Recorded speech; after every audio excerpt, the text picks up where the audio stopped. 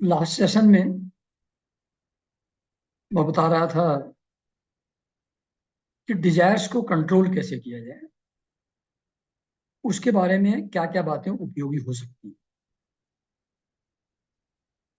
क्योंकि सिर्फ समझ के आधार पर वैसे होता नहीं है वासनाओं का कंट्रोल। उसके लिए साथ में सतत साधना आवश्यक है। लेकिन साधना को कॉम्प्लीमेंट करती है समझ भी। तो समझ भी अगर रहती है, then our progress will be much faster.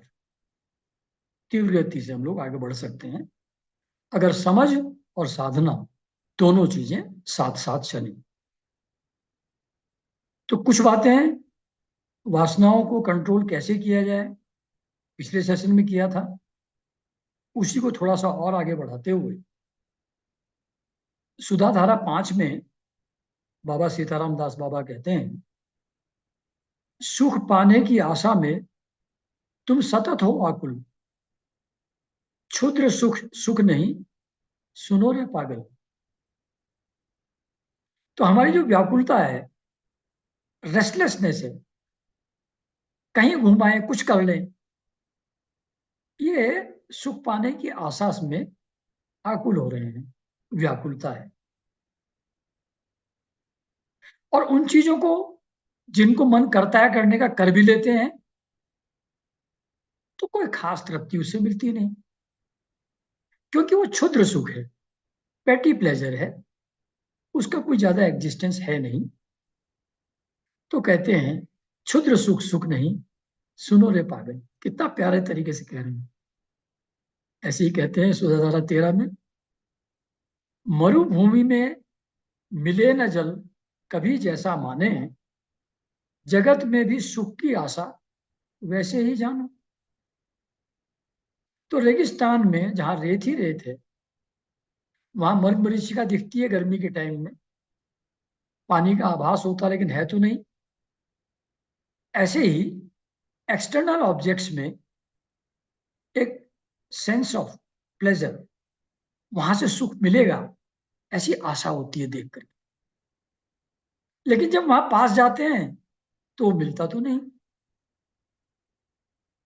कितने अच्छे अच्छे प्रेमी एक दूसरे के साथ संबंध बनाते हैं, कितनी आशाएं होती हैं कि कैसा जीवन होगा, कैसे कैसे सपने होते हैं।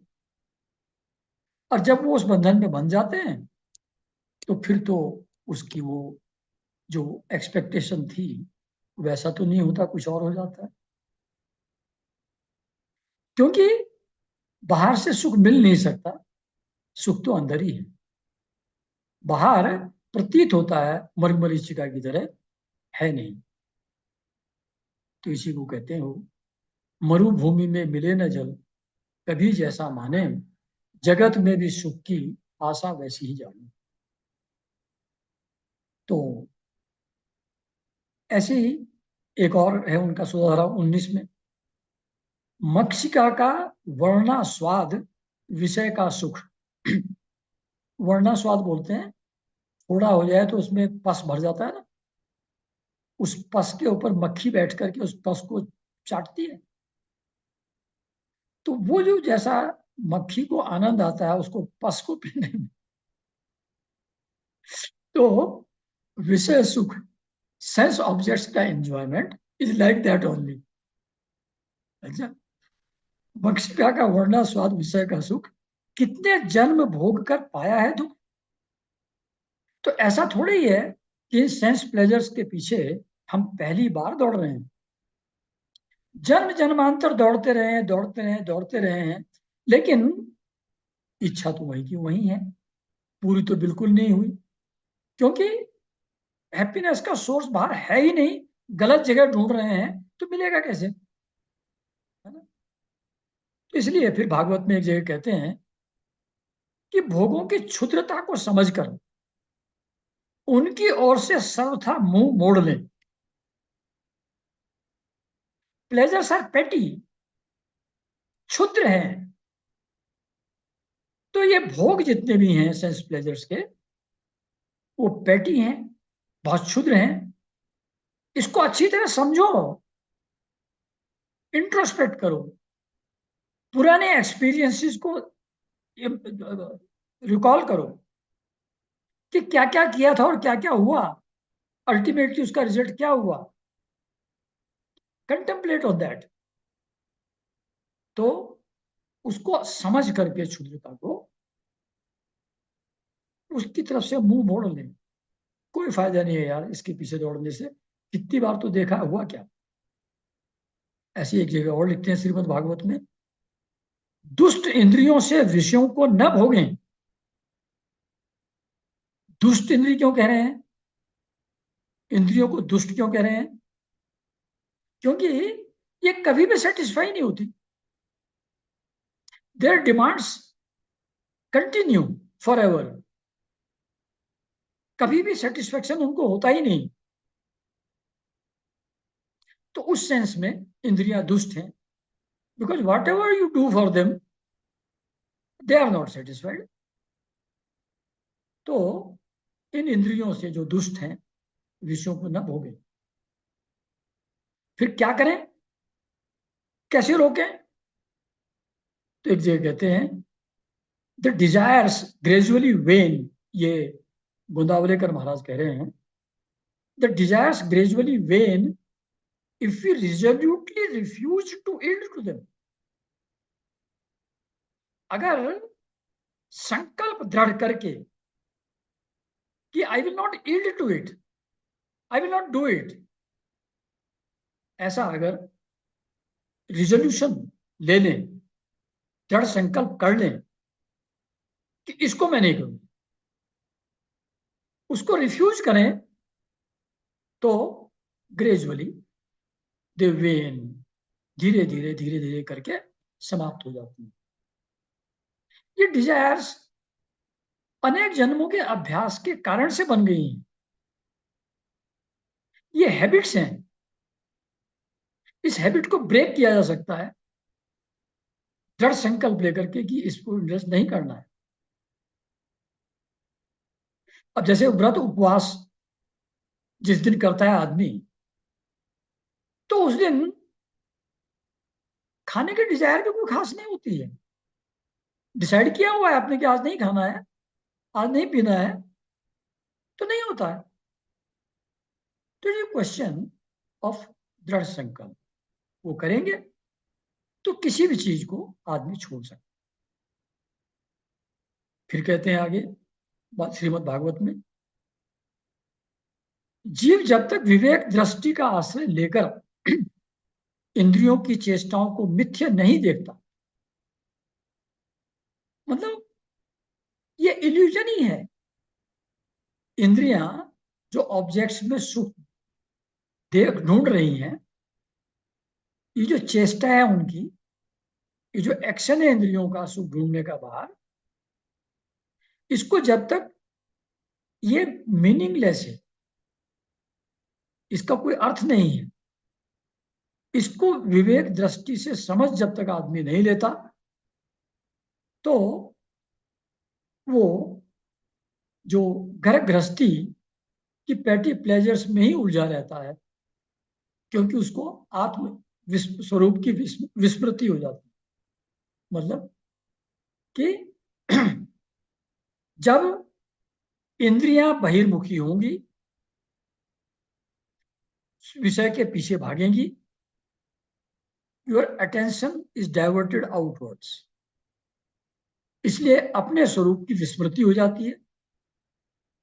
अपने स्वरूप की विस्मृति होने के कारण से फिर वो बाहर की चीजों में ही आसक्त रहता है, उन्हीं चीजों से अटैचमेंट बना ही रहता है।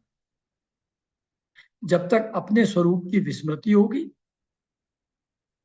अपने स्वरूप का ज्ञान नहीं होगा, अपनी अवेयरनेस नहीं होगी, तब ऑब्वियसली दूसरी डायरेक्शन बाहर की है, उसी में अटैचमेंट कंटिन्यू करेगा, और उसके कारण से तरह तरह के क्लेश उठाता रहता है, बहुत टाइप की प्रॉब्लम्स में फंसा रहता है। क्योंकि बाहर जिन चीजों से वो आशा कर रहा है, वो उसके हिसाब से तो होंगी नहीं। जो चारों तरफ लोग भी हैं वो हमारे हिसाब से तो एक्ट करेंगे नहीं। वो स्वस्थ रहें, फ्री रहें, हमें प्रेम करें, ऐसा तो हमेशा होगा नहीं। उनको कोई प्रॉब्लम होगी तो हमको भी उसके लिए चिंता हो जाएगी, परेशानी हो जाएगी। तो ये क्लेश बने ही रहेंगे जब तक हमारी इंद्रियां बहुमुखी हैं, और उनसे सुख नहीं मिलेगा जब तक ये अच्छी तरह समझ न लिया जाए। ये होता क्यों है? क्योंकि हम बिना सोचे समझे, बिना विचार किए हैबिचुअली सेंस ऑब्जेक्ट्स के पीछे दौड़ते। We do not pause and think. रुक करके सोचते नहीं है कि इसका कुछ फायदा भी है कि नहीं। जैसे बहुत से लोग कहते हैं कि हमको तो शौक है नई नई चीजें दुनिया में जा जा करके देखने का। जितनी अभी तक देखी उससे क्या मिला, उसको सोचते नहीं। सोचने में तो प्रॉब्लम हो जाएगी। बस और आगे उस हैबिट को आगे बढ़ाते जाते हैं, बढ़ाते जाते हैं, बढ़ाते जाते हैं, और मिलता कहीं से कुछ नहीं। थक वक करके वापस आ जाते हैं, हैं? कहीं तबीयत खराब होती है, कहीं है, बहुत चलता रहता है। टायर्डनेस होकर के अपने घर वापस आ जाते हैं घूम फिर के। तो you do not pause and think, that is the problem. कि ये ट्रांजिटरी चीजें हैं, ये कंप्लीटली सेटिस्फाइंग नहीं है। इसका फिजिकल लेवल पर, मेंटल लेवल पर बुरा असर पड़ता है, और इन चीजों से दूसरे के ऊपर डिपेंडेंट हो जाते हैं। अगर सुख बाहर खोजेंगे तो डिपेंडेंट हो जाएंगे। फिर उसको गुड ह्यूमर में रखना जरूरी है दूसरे को, नहीं तो सुख कैसे मिलेगा। ऑफिस में है तो बॉस को प्रसन्न रखना है, उसकी चापलूसी करते रहना है। और ऐसे ही जो मेल फीमेल रिलेशनशिप है, उसमें भी we have to exceed to many unreasonable demands और request of others, because we want something from them. एक भिखमंगे जैसी स्थिति आदमी की हो जाती है, तो उसमें सुख कहाँ से है? जहां भिखमंगापन है, सुख कैसे होगा? जहां डिपेंडेंस है, स्लेवरी है, वहां सुख कैसे होगा? तो we have to pause and think, does it really help, whether enjoyment of sensual pleasures. तो ये सब बातें, पैटी प्लेजर है, कंप्लीट सेटिस्फाइंग नहीं है, क्षुद्र सुख है, वर्णाश्रम मक्षिका का है, एटसेट्रा, जो ऊपर बताया, ये चीजें अगर हम बार बार बार बार सुनते रहें, बार बार शास्त्रों को पढ़ते रहें, और ये बातें बार बार हमारा ऊपर बम्बार्डमेंट इन चीजों का होता रहे, तो जो गलत टेंडेंसी अनेक जन्मों के हैबिचुअल प्रैक्टिस से हुई है, वो तब ब्रेक हो जाएगी धीरे धीरे करके। तो we have to expose our selves to, यही जो रोज मैं दो भेजता हूँ, अभयवाणी, सुधाधारा, महारसायन, और वो गोदावलेकर महाराज का आर्टिकल भेजता हूँ, और कोई शास्त्र जो भी आपको पसंद हो, रामचरितमानस, श्रीमद् भागवत, उसको थोड़ा बहुत रोज पढ़ते रहें। ये चीजें हम लोगों को बार बार बार बार याद दिलाती रहेंगी कि बाहर से सुख नहीं मिलेगा, और आनंद का सागर अंदर भरा हुआ है। एक बार डुबकी तो मार उसमें, तो सब क्लियर हो जाएगा। ये बार बार कहेंगे, जब वो बार बार सुनेंगे हम, तो we will be force to think, we will be force to pause and think कि वास्तव में स्थिति क्या है। तब धीरे धीरे उसमें से निकलने की इच्छा पैदा होगी, फिर उसके लिए आगे हम एफर्ट करेंगे। ये सब सब चीजें जो इनका सबसे बड़ा रोल है, they take us away from sadhana. जो सोर्स ऑफ एटर्नल जॉय है, जो साधना से मिल सकता है, तो जब बाहर की चीजों में उलझते हैं तो साधना उसमें रुक जाती है, ब्रेक हो जाती है। शाम के समय बैठ करके करना था ध्यान, चले गए पड़ोस में गप मारने, तो उसको वो कैसे होगा? बहुत से लोग चाहते हैं अरे बाद में कर लेंगे। अरे बाद में तो अलग से करना था, आज का जो वेस्ट हुआ उसका क्या हुआ? This time is gone, you can never recover it now. हमारे मुगले सर इस बात पे बहुत नाराज हुआ करते थे, अगर किसी ने ब्रेक कर दिया और कहते चलो कल कर लेंगे। कल कर लेंगे क्या मतलब? कल तो वैसे भी करना ही था, आज का क्या हुआ? ये तो खत्म हो गया ना। तो अननेसेसरी एक्टिविटीज में इन्वॉल्व करना, हैबिचुअली ये समझना कि इसमें कुछ इंजॉयमेंट है कुछ नहीं, साधना से दूर ले जाता है, अपने एटर्नल सोर्स के दूर से दूर ले जाता है। तो अच्छी तरह समझना है कि हमारी प्रॉब्लम क्या है, हमारी साधना ठीक से क्यों नहीं चलती, और जो कारण है उसका, जहां हम टाइम वेस्ट करने वाली कोई एक्टिविटी कर रहे हैं। जैसे मैं अपने बारे में कह रहा था, अरे 2 घंटे 3 घंटे शेयर प्राइस मूवमेंट देखने की क्या जरूरत है? बंद करो उसको, उतना टाइम खराब हो रहा है। तो ऐसे ही हर आदमी किसी न किसी एक्टिविटी में, कोई अपना मोबाइल में ही देख, सभी लोग देख रहे हैं। अगर मॉर्निंग वॉक पे भी जाओ, वहां पर भी बेंच पे बैठे हुए लोग मॉर्निंग वो वही देखते रहते हैं, मोबाइल ही देखते रहते हैं। तो we have to find out, addiction है हमारे बहुत सी चीजों में। तो वी हैव टू सी कि हमारी प्रॉब्लम कहाँ है, किस चीज में समस्या पैदा होगी। Look at it from all sides, Nisargadatta Maharaj कहते हैं, and watch how it affects our life. रात में देर में पार्टी करके आए, अगले दिन सर में भी दर्द हो रहा है, रात में भी डिस्टर्बेंस पैदा हो रहा है उल्टा सीधा खाने से, और लेट हो गए सोने में, सुबह हेडेक हो रहा है। तो जो हम करते हैं activities, we have to look at it from all sides and watch how it affects our life. तो हमारी लाइफ पर क्या प्रभाव पड़ता है, हेल्थ पे क्या फर्क पड़ता है, मन पे क्या फर्क पड़ता है, साधना पे क्या फर्क पड़ता है। इन सब चीजों को देखो, पॉजिटिव थिंक, ऐसा सोच करके छोटी छोटी चीजें आइडेंटिफाई एक एक करके करना। सब चीजें नहीं की जा सकती। डिसिप्लिन तरीके से लाइफ जीने के लिए take one step at a time. 2 step लेने की जरूरत नहीं है, एक साथ कूदने की जरूरत नहीं है। Just walk, take only one step, और उसको फर्मली रिजॉल्व करो कि ये आज से छोड़ दिया। जैसे पुष्पलता जी ने, हमने एक दिन डिसाइड किया कि यूट्यूब में बिना मतलब फालतू की चीजें नहीं देखेंगे। मतलब अपना लेक्चर तो सुनेंगे, मतलब फालतू चीजों को विजिट नहीं करेंगे। तो डिसाइड कर लिया तो कर लिया है, अब नहीं देखते, बात खत्म हुई। तो उसको अगर 40 दिन तक आदमी कंटिन्यू करे, ऐसी कैसा लोग कहते हैं कि 40 डेज में वो थोड़ा एस्टेब्लिश हो जाती है चीज।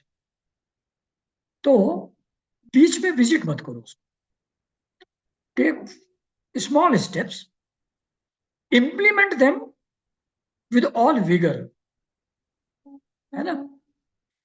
तो उसमें फिर आगे निसर्गदत्त महाराज कहते हैं कि once you have done it, once you have controlled a particular urge, कर लिया, सक्सेसफुल हो गए करते हो 40 दिन। क्या 40 दिन कोई खास बात नहीं है, तो वैसे ही बोला।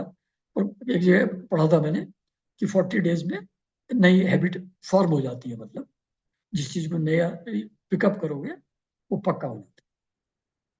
ऐसा जग्गी वासुदेव जी ने एक बार कहा था। फिर निसर्गदत्त महाराज कहते हैं कि once you have done it, you are successful in it. जैसे रात को 10 बजे सोने का नियम लिया, तो 10 सवा 10 तक सो ही गए, ये आदत बन गई, आदत बन जाएगी 40 दिन में, चलता रहेगा फिर। तो कौशन करते हैं Nisargadatta Maharaj, you must not go back, undo, uproot, abandon the conquered ground.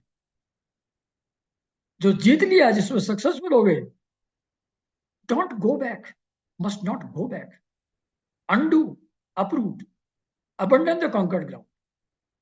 जैसे मान लो, मैंने मेरे जीवन में मतलब क्रिकेट पहले बहुत देखते थे, टीवी पे बैठ के, फिर धीरे धीरे देखना बंद कर दिया।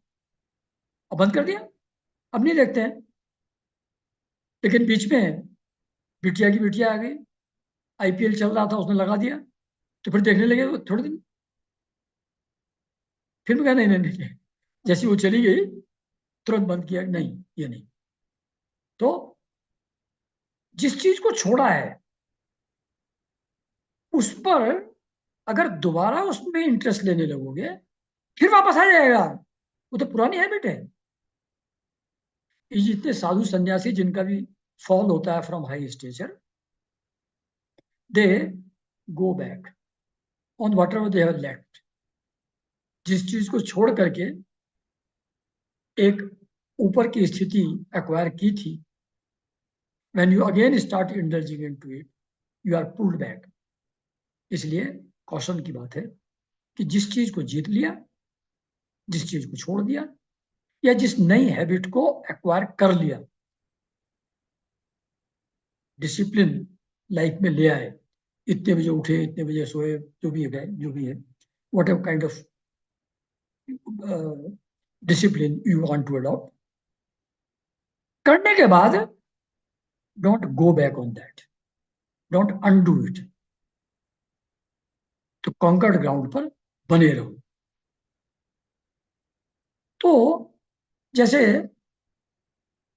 एक ही चीज को अगर हम बार बार अपने आप को याद दिलाते रहें, एक चीज कोई टेकअप कर लें, स्मॉल रेजोल्यूशन कर लें, तो सक्सेसफुल हो जाते।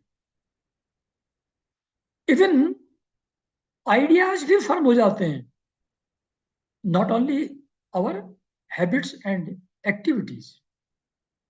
अब जैसे कितनी बार हम लोग बात करते हैं, काहु न को सुख दुख कर दाता, निज कृत कर्म भोग सब भ्राता। इस चीज को अगर बार बार हम रिपीट करते हैं लाइव सिचुएशंस में, जैसे किसी के अगेंस्ट निगेटिव फीलिंग कुछ अराइज हुई, निगेटिव जजमेंट माइंड में अराइज हुआ, एकदम नहीं नहीं नहीं नहीं, काहू न को सुख दुख कर दाता, निज कृत कर्म भोग सब भ्राता। ये जो मेरे सामने आ रहा है, ये मेरा ही है, उसका सामने वाले का कुछ लेना देना नहीं है। वो तो निमित्त मात्र है, to meet out to me what I deserve according to my own actions. Remind किया अपने को, बार बार लाइफ सिस्टम में रिमाइंड किया, ये चीज फिर पक्की हो जाती है, फिर सोचना नहीं पड़ता, फिर पता ही है कि दूसरा कारण नहीं है, फिर जजमेंट अराइज होना भी बंद हो जाता है इन ड्यू कोर्स। तो कोई भी चीज जो स्ट्राइक करे, जैसे दूसरी बहुत इंपॉर्टेंट चीज मुझको जो स्ट्राइक की, कि दूसरे लोग जो हैं अपने अपने स्वभाव से विवश हैं। जैसा जिसका नेचर है, वो वैसे ही एक्ट करता है। बिच्छू का एक तरीके का एक्शन होता है, हाथी का दूसरे किस्म का होता है, गाय का तीसरे किस्म का होता है। वो स्वभाव से विवश हैं to act in that particular manner only. ऐसे ही जो हमारे सब लोग चारों तरफ हैं, क्लोज रिलेटिव्स, फ्रेंड्स, वो सब अपने अपने स्वभाव से विवश हैं वैसा करने के लिए। They are not free to act otherwise. इस बात को बार बार अपने को याद दिलाएं, तो फिर उससे उससे भी प्रॉब्लम खत्म हो जाती है। ऐसे ही कि भाई इस जगत में जो भी है एक ही भगवान से आया है। वो एक ही प्रभु हर रूप में लीला वही कर रहे हैं। जहां भी कोई निगेटिव चीज दिखे, कोई भद्दी चीज दिखे, माइंड में एक जजमेंट अराइज हो, ये तो बेकार है, खराब है, या बदमाश है, या उल्टा जो भी है, कोई भी जजमेंट अराइज हो, तुरंत अपने आप को अगर याद दिलाया, अरे नहीं, उस रूप में भी भगवान ही लीला कर रहे हैं, वो भी उस रूप में भी भगवान ही है।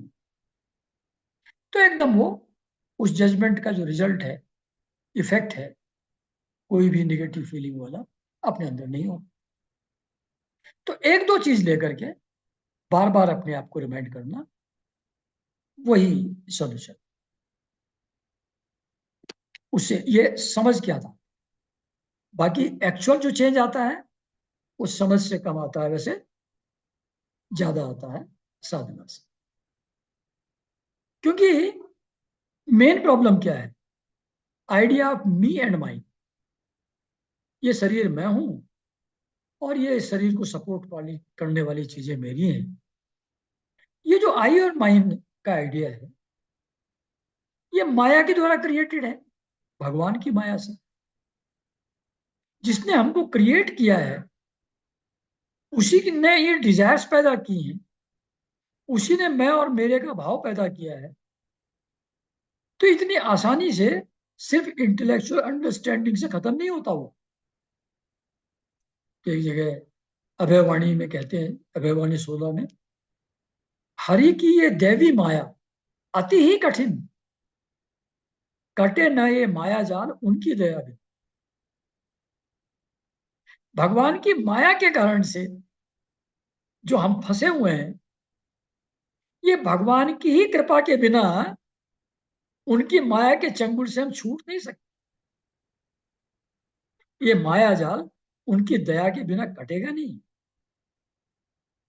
उनकी दया कैसे हो, तो उनका स्मरण करो, उनका नाम जप करो, तब उनकी कृपा होगी, उनकी दया होगी हमारे ऊपर, तब कटेगा ये माया का जाल। इसके लिए जरूरी है कि मन हो या ना हो, साधना करो।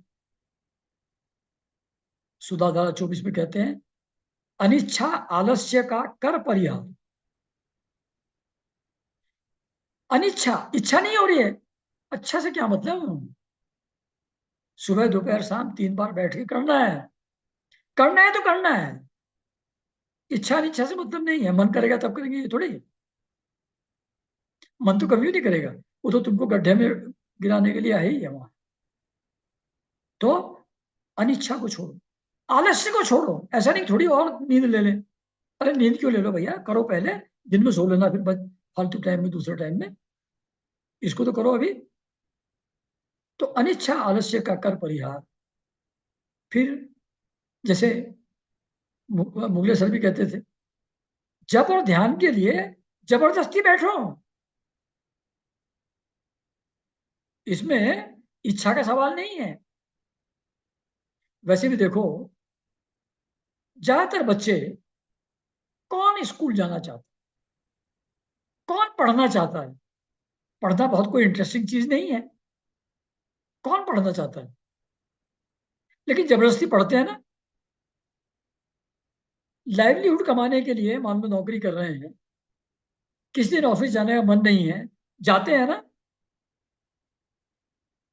जो भी सिचुएशन वहां होती है, उसको इच्छा न होते हुए भी, और मूड एक दिन ठीक नहीं है तो भी, शरीर भी ठीक से स्वस्थ नहीं दिख रहा है, आलस्य भी आ रहा है, तो भी जाते तो है ना।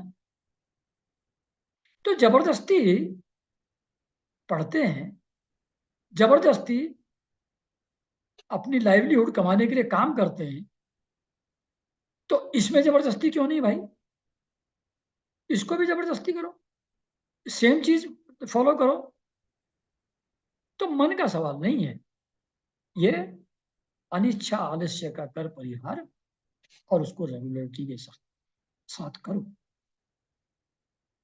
एक जगह और कहते हैं, नियम पूर्वक दृढ़ निश्चय के साथ बैठकर सतत साधना किए बिना ईश्वर के दर्शन नहीं होते। ये भी मुगलेसर का है। नियम पूर्वक दृढ़ निश्चय के साथ बैठकर सतत साधना, नियम पूर्वक, जो भी टाइम डिसाइड किया है और जो भी नियम उसके लिए रखा हो, दृढ़ निश्चय, स्ट्रॉन्ग डिटर्मिनेशन, और सतत साधना, कंटिन्यूस साधना। अगर ये तीन चीजें फॉलो नहीं करोगे तो ईश्वर के दर्शन नहीं होंगे, स्पिरिचुअल पाथ पर प्रोग्रेस नहीं होगा।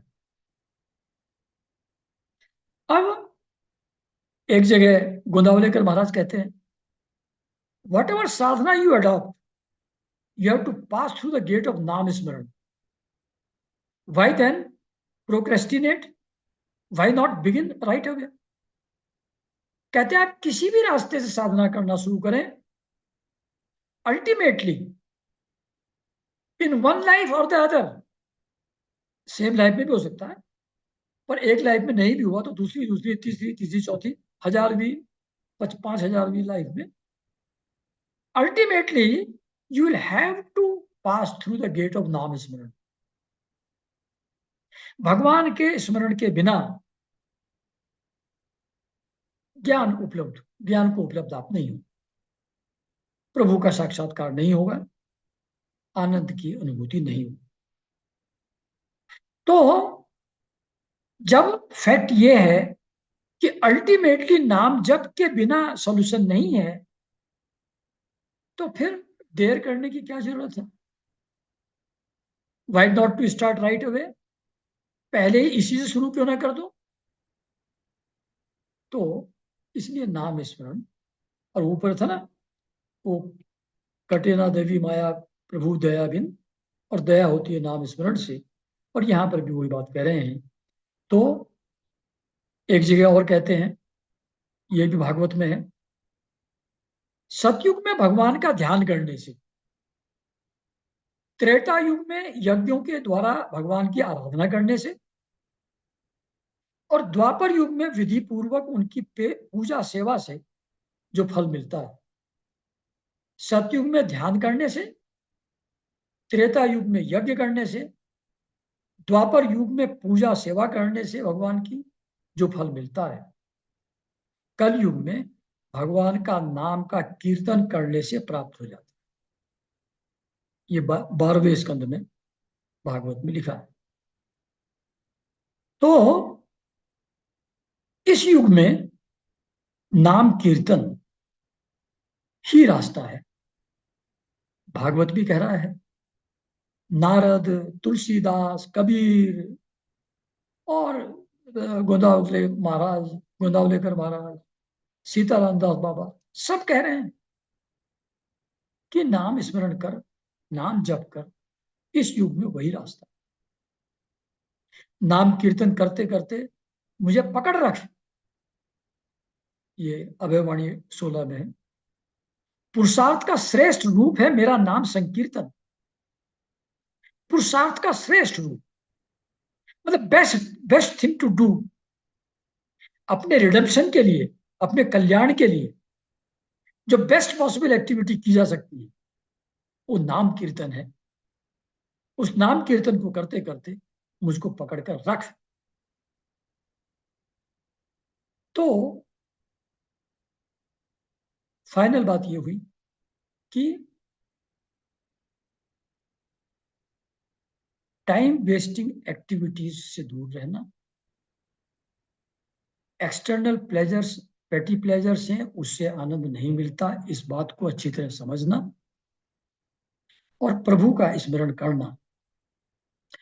इन चीजों को अगर साथ साथ करेंगे तो फिर प्रोग्रेस हमारी हो सकती है साधना के पथ। एक पहले सेशन में मैं बात कर रहा था कि गुरु is very important in the life of a person. साधक के लिए गुरु का होना बहुत ज्यादा हेल्पफुल है। इसमें एक बात ही समझना जरूरी है कि भगवान ही गुरु के रूप में प्रकट होते हैं। भगवान में और गुरु में रत्ती भर भी डिफरेंस नहीं है। गुरु में एक एडवांटेज है कि हमारे सामने है, हम उनसे डायरेक्टली इंटरेक्ट कर सकते हैं। जो बहुत पहुंचे हुए भक्त हैं वो भगवान से भी डायरेक्टली बात कर सकते हैं, पर हम उस स्टेज में नहीं हैं।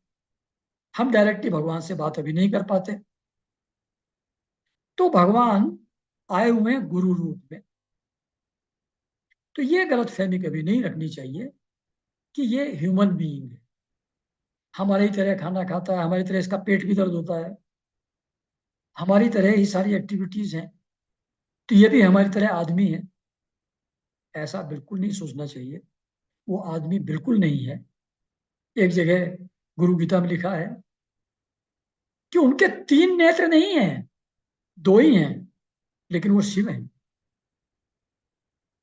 उनके चार मुख नहीं हैं, एक ही मुख है, लेकिन वो ब्रह्मा है। वो उनके चार हाथ नहीं हैं, दो ही हाथ हैं, लेकिन वो विष्णु है। तो वो दिखते हमारे जैसे हैं, पर है वो गुरुर ब्रह्मा गुरुर विष्णु गुरुर्देवो महेश्वर गुरुरेव परम ब्रह्म तस्मै श्री गुरुवे नमः।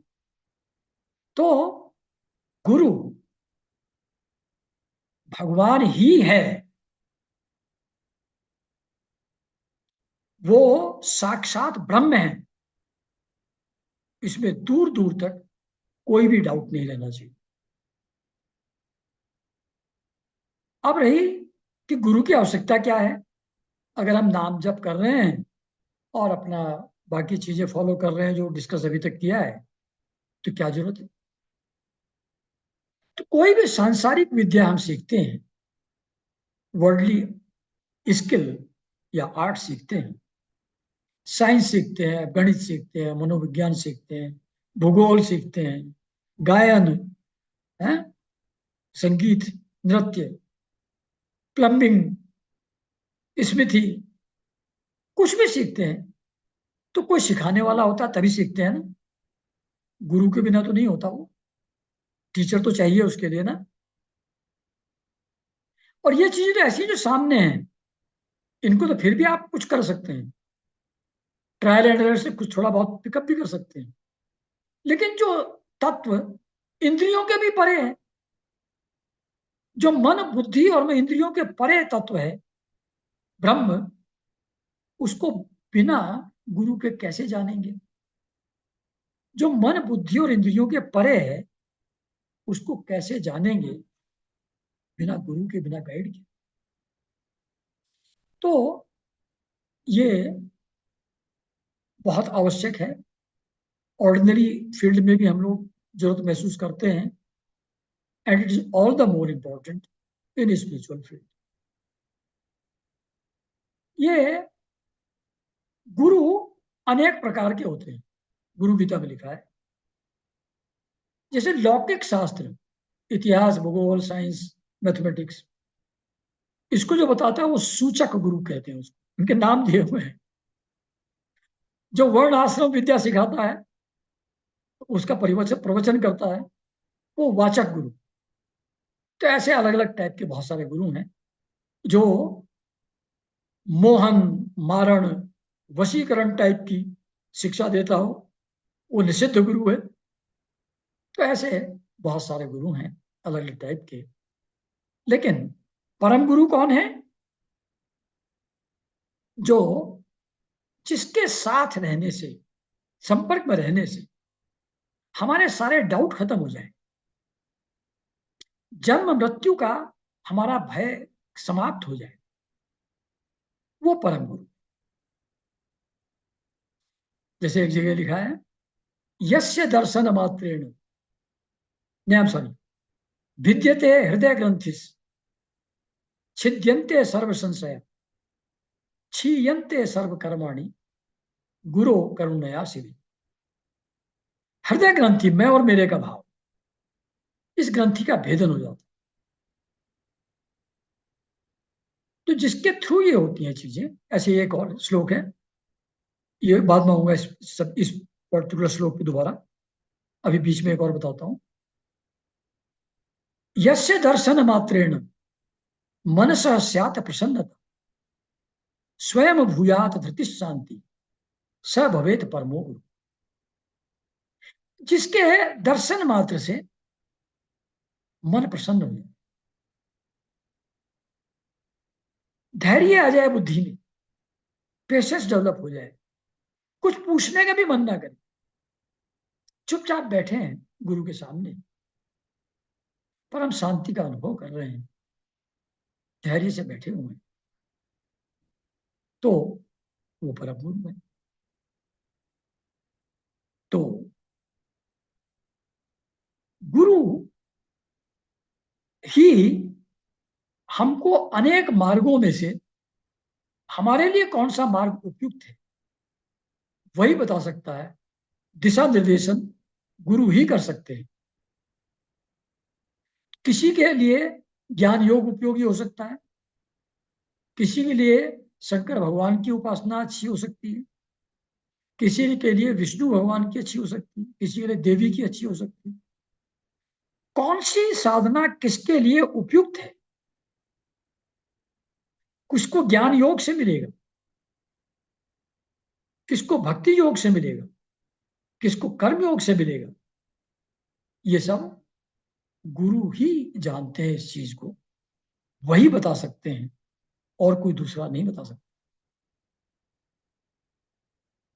गुरु के बिना, गुरु का रोल के बारे में एक जगह और भागवत में लिखा है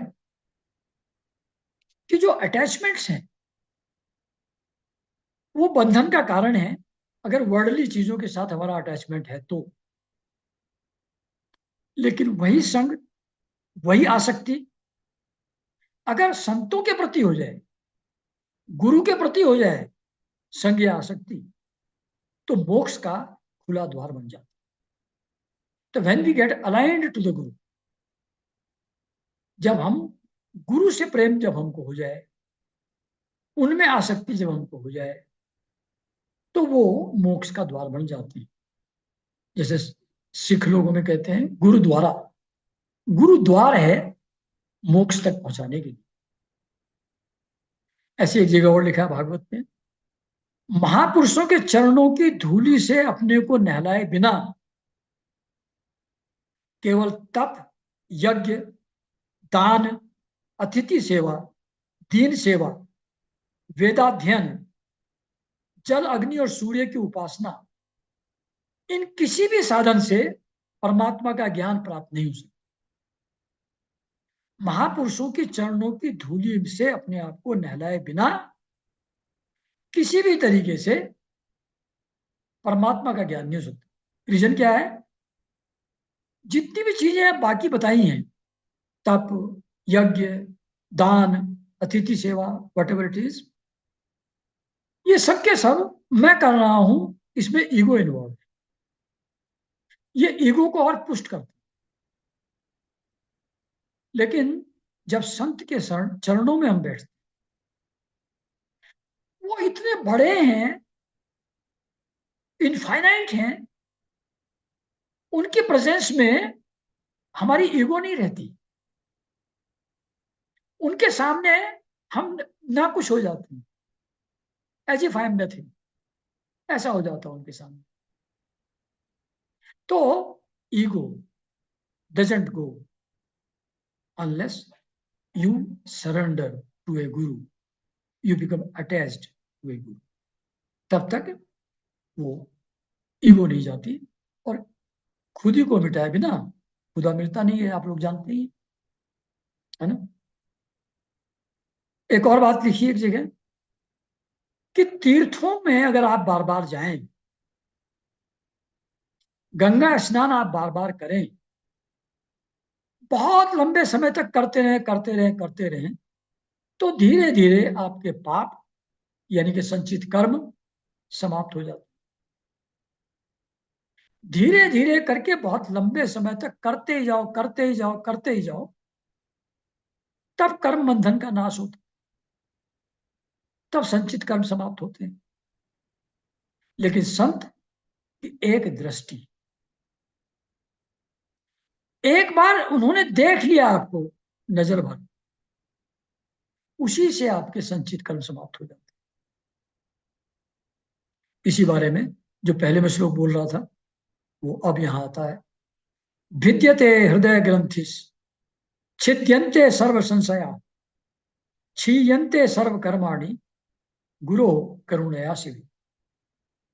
हृदय ग्रंथि यानी कि मैं और मेरे का भाव, जो मेन चीज है, जो रूट कॉज ऑफ एवरीथिंग, उसका भेदन हो जाता है, वो खुल जाती है। छिद्यन्ते सर्व संशय, जीवन में जितने भी डाउट्स हैं सब छिन्न भिन्न हो जाते हैं।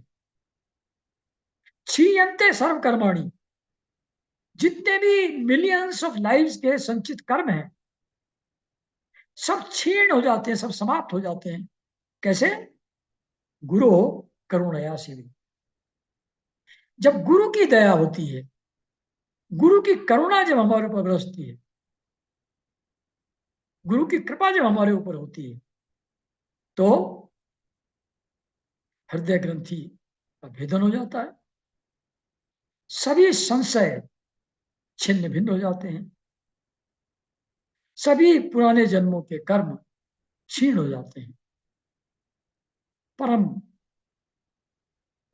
एक फ्रीडम एहसास पैदा होता है। गुरु करुणया शिव, ऐसा शिव जी पार्वती को बता रहे। तो गुरु की आवश्यकता है, और गुरु का रोल है हमको डायरेक्ट करने में। और भी बहुत चीजें हैं उसमें, एक एक करके आएंगी। तो अब जिनके पास, जिन जो गुरु के संपर्क में हैं, वो तो बहुत ही ब्लेस्ड हैं। ऑलरेडी भगवान की उनके ऊपर बहुत बड़ी कृपा है। जो अभी नहीं है गुरु के संपर्क में, वो क्या करें? उनके लिए एक जगह लिखते हैं गोंदावलेकर महाराज कि अगर आपको कोई तीर्थ यात्रा करनी है तो पहले अपना घर छोड़ करके चलना शुरू करना पड़ेगा ना। जब चलना शुरू कर दोगे तो कोई ना कोई आगे रास्ता बता देगा, कहीं ना कहीं कोई साइन बोर्ड लगे होंगे, उनसे पता लग जाएगा। तो अगर हम रास्ते पे चलना शुरू करें, परमार्थ के रास्ते पे चलना शुरू करें, तो हमको गाइड मिल जाएगा, गुरु मिल जाएगा। We will certainly meet A Guru on the spiritual path. हमको गुरु खोजने की चिंता नहीं करना है, गुरु खोजने का प्रयास नहीं करना है, परमार्थ के रास्ते पे चलना शुरू करना है। कोई ना कोई साधना जो भी ठीक लगे उसको करना शुरू कर देना है। उसको करना शुरू कर देंगे, जहां जरूरत होगी गुरु अपियर हो जाएंगे। मैंने वो ट्यूसडे गैदरिंग में 9 लेक्चर दिए थे एक बार, how I met different gurus. एक भी गुरु को ढूंढने की आवश्यकता नहीं पड़ी। जैसे जैसे जरूरत हुई, एक के बाद दूसरे, दूसरे के बाद तीसरे, मिलते गए मिलते गए मिलते गए मिलते गए, और फाइनली जो हमारे गुरु थे अल्टीमेटली वो अपियर हो गए। बाकी सब के रूप में वही तैयारी करवा रहे थे पहले, वही हमारे गुरु दूसरे गुरुओं के थ्रू तैयारी करवा रहे थे। जब उनके लिए तैयार हो गए तो पहुंच गए। तो तीर्थ यात्रा करना है तो घर से निकल करके चलना शुरू करना पड़ेगा। चलना शुरू करो, रास्ता बताने वाले मिलेंगे, गुरु मिलेंगे। तो एक जगह ब्रजेश्वरा जी कहते हैं, एक बार मैंने पूछा उनको कि जिन लोगों के गुरु के कांटेक्ट में नहीं वो क्या करें, तो उन्होंने कहा ऐसे ही संतों से मिलते रहो, जहां भी कहीं सुनो कि संत हैं, जज करने की जरूरत नहीं है, जाके बैठो। ऐसे ही संतों से मिलते रहो, जहां अच्छा लगे वहां बैठ जाओ। मतलब जो वाइब्रेशंस हैं, माइंड तुम्हारा हो सकता है ना समझे, माइंड हो सकता है उसको क्वेश्चन रेज कर रहा हो, कुछ गलती ढूंढ रहा हो गुरु में, लेकिन हृदय जो है पहचान लेता। तो ऐसे संतों से मिलते रहो, जहां अच्छा लगे वहां बैठ जाओ। जैसे वो दूसरा श्लोक जो मैं पहले कह रहा था, यस्य दर्शन मात्रेण मन सह स्यात् प्रसन्नता। जिसको देखने से ही प्रसन्न हो जाए मन, अपने अंदर धैर्य पैदा हो जाए, क्वेश्चन सारे डिजॉल्व हो जाए, जितने सोच करके आए थे सारे क्वेश्चन भूल गए, ऐसा वहां मस्ती, ऐसी शांति वहां है। ऐसा जहां लगता है वो परम गुरु हैं, वहीं बैठ जाओ। तो गुरु तो हैं, गुरुओं की कमी नहीं है, प्रॉब्लम है शिष्य की। हम शिष्य नहीं, शिष्य जब तक नहीं होगा तब तक गुरु कैसे मिलेगा। मेरे साथ एक दो लोग ऐसे गए जो थोड़ा इगोइस्ट टाइप के थे, गुरु जी से मिले, ultimately they were not impressed with by the गुरु। ये दुर्भाग्य है। उनके अंदर शिष्यत्व नहीं है। जिसके अंदर शिष्यत्व नहीं है, गुरु सामने होते हुए दिखाई नहीं पड़ेगा। तो हम शिष्य होने की योग्यता अर्जित करें, ये हमारा काम है। फिर गुरु किसी ना किसी माध्यम से बुला लेते हैं। गुरु लोग तो ऑन द कॉन्ट्रेरी इस बात से थोड़ा डिससेटिस्फाइड रहते हैं कि जो लोग आते हैं उनको भगवान नहीं चाहिए। वो किसी दीन दुनिया की चीज मांगने के लिए गुरु के पास आते हैं। गुरु देते भी हैं। आज सांसारिक चीज मांग रहा है तो कभी ना कभी परमार्थ के रास्ते पर भी चलेगा, इसलिए टॉलरेट करते हैं, अनरीजनेबल डिमांड्स को टॉलरेट करते हैं गुरु। तो गुरु को कभी कभी ये कमी महसूस होती है कि यार इतने लोग आते हैं, सबको कुछ और चाहिए, भगवान किसी को नहीं चाहिए। ऐसा मुंगलेसर भी कहते हैं। तो गुरु की प्रॉब्लम नहीं है, शिष्य नहीं, भगवान नहीं चाहिए। वहां भी संसार ही ढूंढ रहे हैं। एक जगह मुगलेसर कहते हैं हमारे गुरु जी कि मेरे पास सब मंत्र तंत्र सब कुछ है मेरे पास, मेरे पास साबर मंत्र भी है, पर ऐसा कोई शरीर दिखाई नहीं जो उस मंत्र की शक्ति को सहन कर सके। गुरु की स्थिति देखो, शिष्य नहीं मिल रहा है। हम कहते हैं गुरु नहीं मिल रहा है, शिष्य नहीं है। हमारे गुरु जी फाइनली कहते थे कि अगर मैं चार छह आदमियों को साधना के पथ पर एक दो स्टेप आगे ले जा पाऊं तो मैं समझूंगा मेरा जीवन सफल हुआ। इतने नीचे अपनी एक्सपेक्टेशन ला रहे हैं, कारण शिष्य है ही नहीं, भगवान चाहिए ही नहीं लोगों को। तो समस्या गुरु की नहीं है, शिष्य नहीं है जो उसको चाहे। अब हम जिस अवस्था में हैं उस पर चलना शुरू करें, जो भी चीज समझ में आई, और उसको करते रहेंगे, थोड़ा मंत्र जप करते रहेंगे, कुछ शास्त्र पढ़ते रहेंगे, हैं। अब जैसे राम नाम लिखने का एक मेथड है, बहुत ही इफेक्टिव मेथड। 4 पेज रोज मिनिमम बैठ के श्री राम राम राम लिखो, तो उसमें सभी इंद्रियां, आंख, कान, जिह्वा, मन, शरीर, सब कुछ उसमें इन्वॉल्व हो जाता है। इसलिए for the beginners that is more effective. और इतना सरल, 1.25 घंटा लगता है, 1 1/2 घंटा लिखने में, और सिर्फ 12 कॉपी लिख लो तो आपको एलिजिबल मान लेते हैं। जैसे भाई स्कूल में कहीं एडमिशन लेना होता है, कॉलेज में कहीं एडमिशन लेना होता है, तो you have to have eligibility to get that admission ना। तो एलिजिबिलिटी कंडीशन इतनी लो रखी हुई है। जो सुपे जी के गुरु जी हैं, विठल रामानुज जी, वो कहते हैं कि भाई तुम ये 4 पेज रोज लिखो, 12 महीने में हो जाएंगी 12 copy, and you become eligible to receive दीक्षा।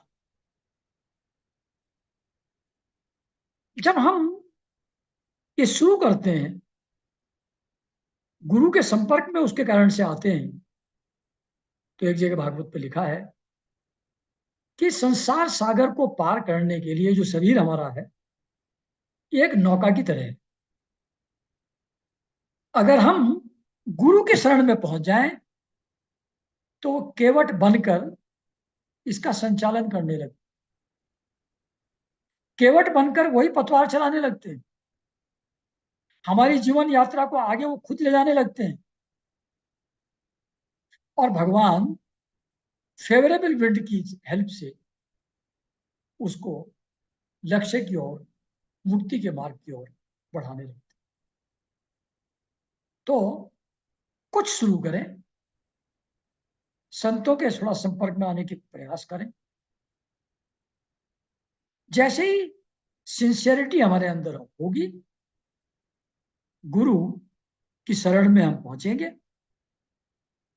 और वो फिर हमारी यात्रा को केवट बन करके इस संसार सागर से पार ले जाने का कार्य शुरू कर दें।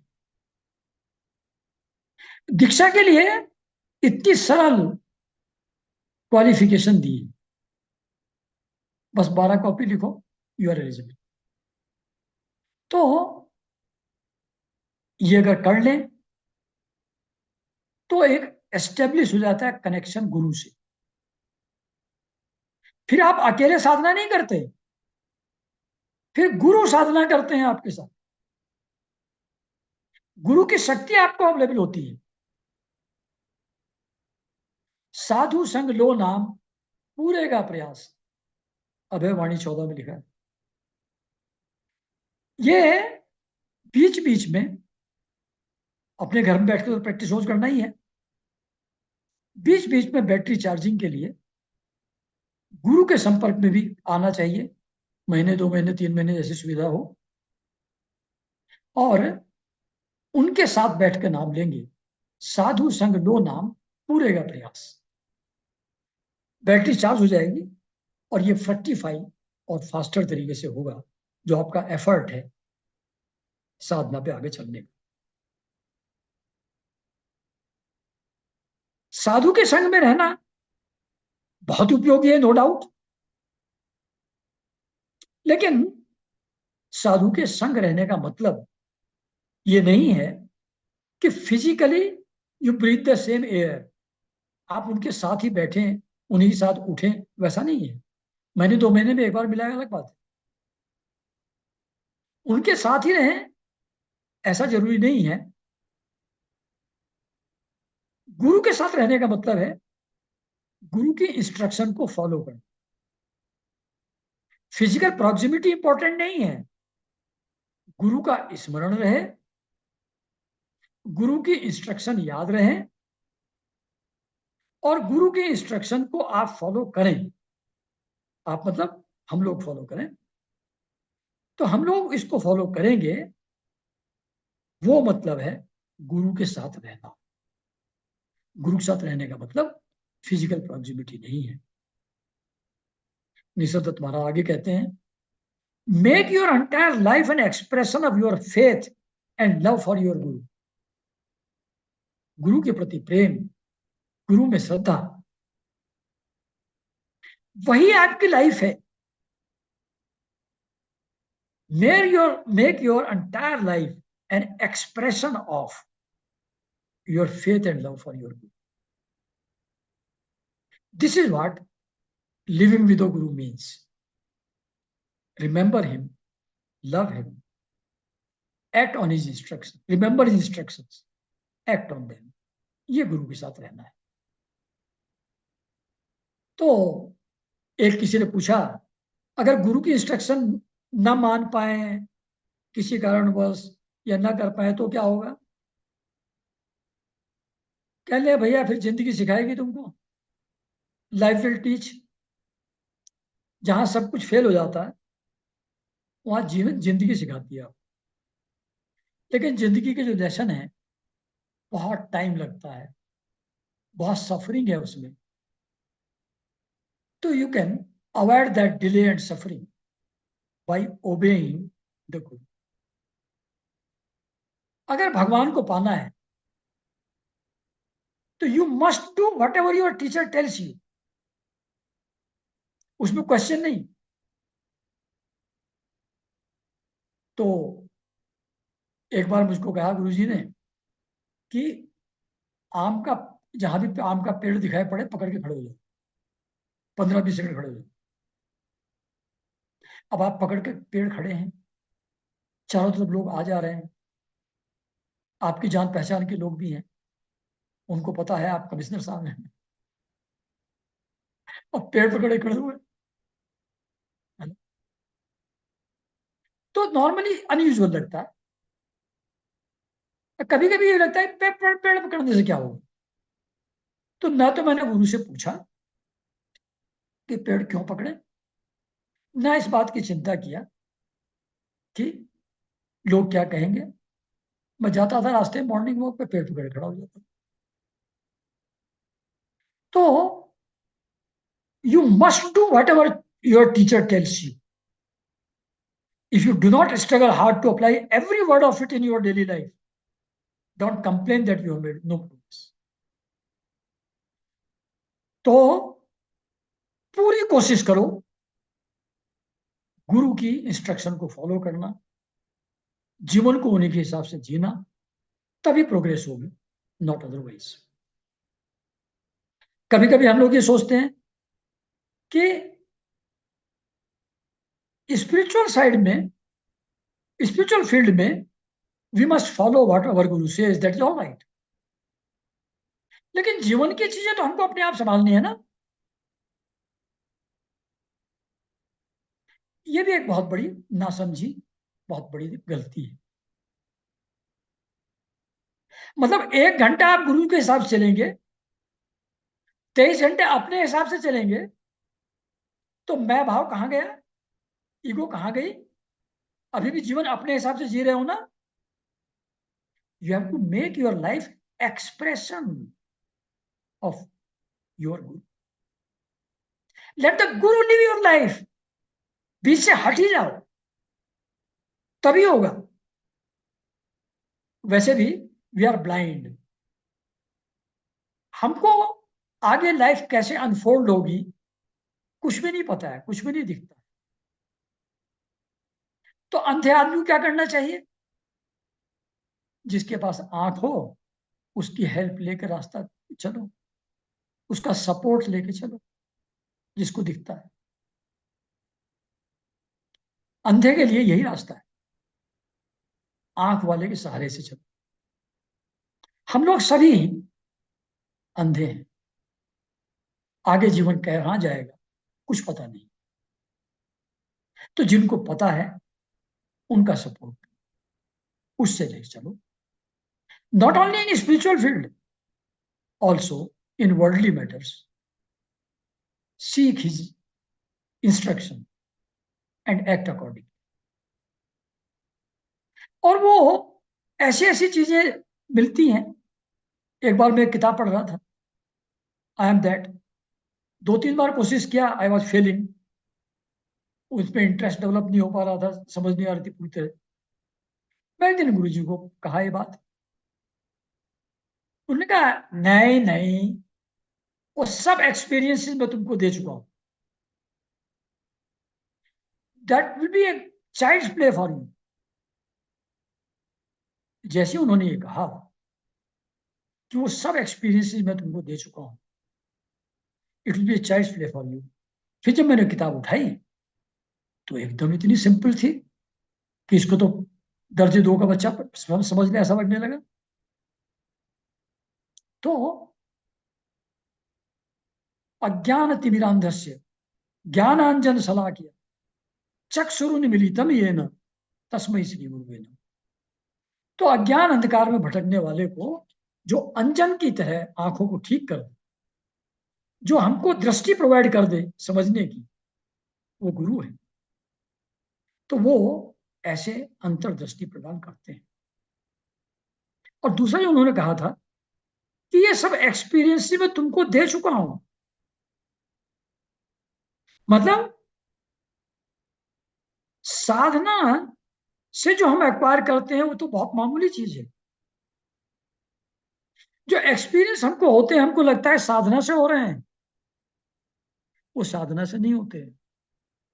वो अनुभव गुरु की करुणा से, गुरु की कृपा से ही हमको प्राप्त हो।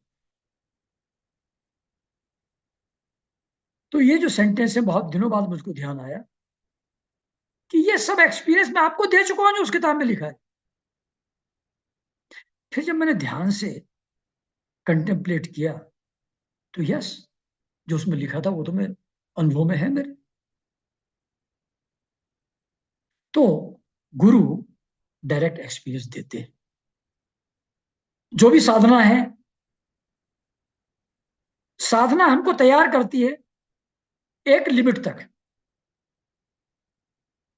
उससे हमारी आसक्ति खत्म हो सकती है, वर्डली अटैचमेंट्स कम हो सकते हैं, कर्म वासना, urge for action, desire for action, कर्म वासना खत्म हो सकती है, कर्म फल की आशा खत्म हो सकती है। ये चीजें साधना से होती हैं। लेकिन फाइनली दीपक, बुझा हुआ दीपक, जब जलते हुए दीपक के पास जाता है and suddenly with a flicker, वो जो ज्योति गुरु की प्रकाशित थी, it jumps on to that, जो बुझी हुई शिष्य की बत्ती है दिए की, वो अचानक प्रज्वलित हो जाती है नजदीक जाने से। जैसे उस अध्यात्म उपनिषद में गुरु ने कहा तुम देह हो ही नहीं, भ्रम है। जब देह नहीं है तो प्रारब्ध कहां, बंधन कहां, मोक्ष कहां। ये कहा और शिष्य कहता है ये जगत जो अभी मैं देख रहा था कहां चला गया, अभी तो दिखाई नहीं पड़ता। ये जलते हुए दीपक के नजदीक बुझा हुआ दीपक जाता है, जैसी फ्लेम के नजदीक जाता है वो फ्लेम अचानक जंप करके ये दिया भी प्रज्वलित हुई। अंत में ज्ञान गुरु के संपर्क से ही, गुरु की कृपा से ही होता है।